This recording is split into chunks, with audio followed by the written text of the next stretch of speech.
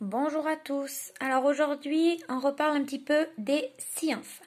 Alors d'abord, dans un premier temps, cette fiche-là, j'avais certainement dû vous dire d'écrire S5 et bien sûr, ce n'était pas le cas. Comme d'habitude, c'était bien S6. Voilà, c'était S6 parce que S5, c'était une leçon sur la matière. Alors, donc on se rappelle rapidement du travail qu'on avait fait. Principalement ces flèches-là qui indiquent ce que chaque animal mange.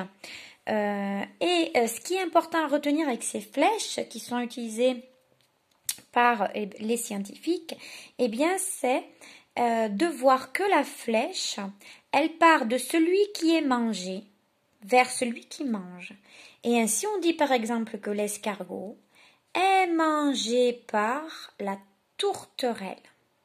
Voilà, la flèche est faite dans ce sens et donc le bout de la flèche est sur l'animal qui mange. C'est très important de retenir ça. Voilà, s'il y a quelque chose à retenir sur les schémas et la flèche, eh bien c'est ça. Alors après, pourquoi? Eh bien parce que justement par rapport à ce qu'on a travaillé précédemment, lorsqu'on a travaillé sur les matières, et que par exemple on a un cycle de l'humus et que la matière, eh bien elle se déplace, hein. Il y a la matière des animaux qui se décomposent, qui sont ensuite transformés, puis etc. Ça tourne.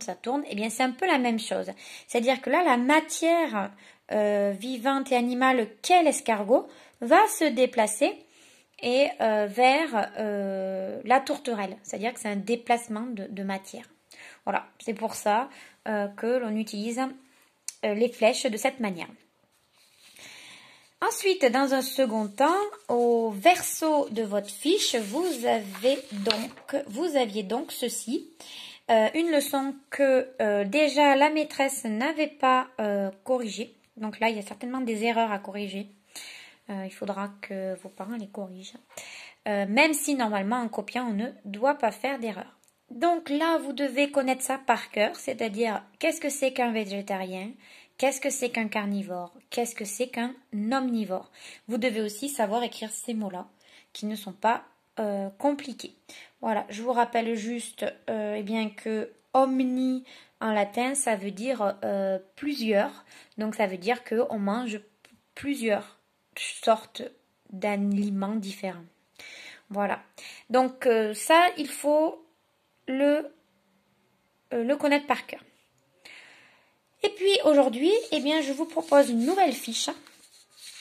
Donc, un petit peu une sorte de fiche exercice, d'accord, sur ce que l'on vient de voir. Voilà.